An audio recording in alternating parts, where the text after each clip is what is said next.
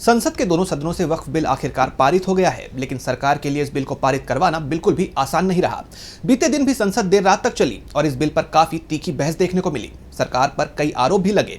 हालांकि राज्यसभा में भी बिल पास तो हो गया है, लेकिन बहुत ही कम मार्जिन से। तो वक्फ बिल पर चर्चा के दौरान क्या कुछ हुआ राज्यसभा में, जानने के लिए देखिए ये रिपोर्ट। संसद के दोनों सदनों से वक्फ बिल को मंजूरी मिल गई है, लेकिन इस बिल पर चर्चा के दौरान विपक्ष ने मोदी सरकार को बुरी तरह से घेर लिया।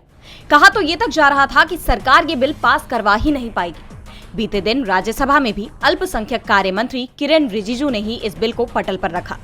दोपहर 1 बजे से बिल पर चर्चा शुरू हुई और ये देर रात 2 बजे जाकर पास हुआ, यानी 12 घंटे लंबी चर्चा के बाद।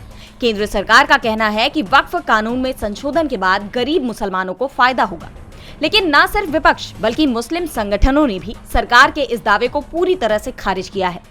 कांग्रेस, समाजवादी पार्टी और इंडिया गठबंधन के अन्य दलों ने इस विधेयक को असंवैधानिक करार दिया। राज्यसभा में विपक्ष के नेता मल्लिकार्जुन खड़गे ने इसे मुस्लिमों को दबाने के साथ ही शांति और सद्भाव को बिगाड़ने की कोशिश करार दिया। वहीं शिवसेना यूबीटी सांसद संजय राउत ने सीधे पीएम मोदी को ही निशाने पर ले लिया। उन्होंने कहा कि आपको मुस्लिमों की चिंता कब से होने लगी? आप लोग उनको चोर बोलते हो कि मुस्लिम आपकी जमीन छीन लेंगे, गले की चेन छीन लेंगे। इसके अलावा आरजेडी सांसद मनोज कुमार झा ने विरोध दर्ज करवाते हुए कहा कि बहुमत आजादी की गारंटी नहीं होता है। जहां चाहे खुदाई करके चीजों को तलाशा जा रहा है। इस देश के हिंदू मुसलमानों को एक दूसरे की आदत है, इसे मत बदलिए। विपक्ष ने सरकार पर आरोप लगाया कि देश को लोकतांत्रिक के बजाय सर्वसत्तावादी दिशा में ले जाया जा रहा है। इस तीखी चर्चा के बाद वोटिंग कराई गई, जिसमें बिल के पक्ष में 128 और विरोध में 95 वोट पड़े और ये बिल राज्यसभा से भी पास हो गया।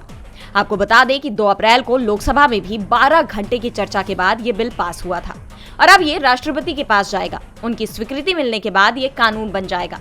लेकिन तमिलनाडु के मुख्यमंत्री स्टालिन, जेडीयू महासचिव गुलाम रसूल बलियावी जैसे नेताओं ने इस बिल के खिलाफ सुप्रीम कोर्ट में अपील करने की भी बात कही है। ऐसे में इस बिल पर अभी भी संशय जताया जा रहा है। डीबी लाइव की रिपोर्ट।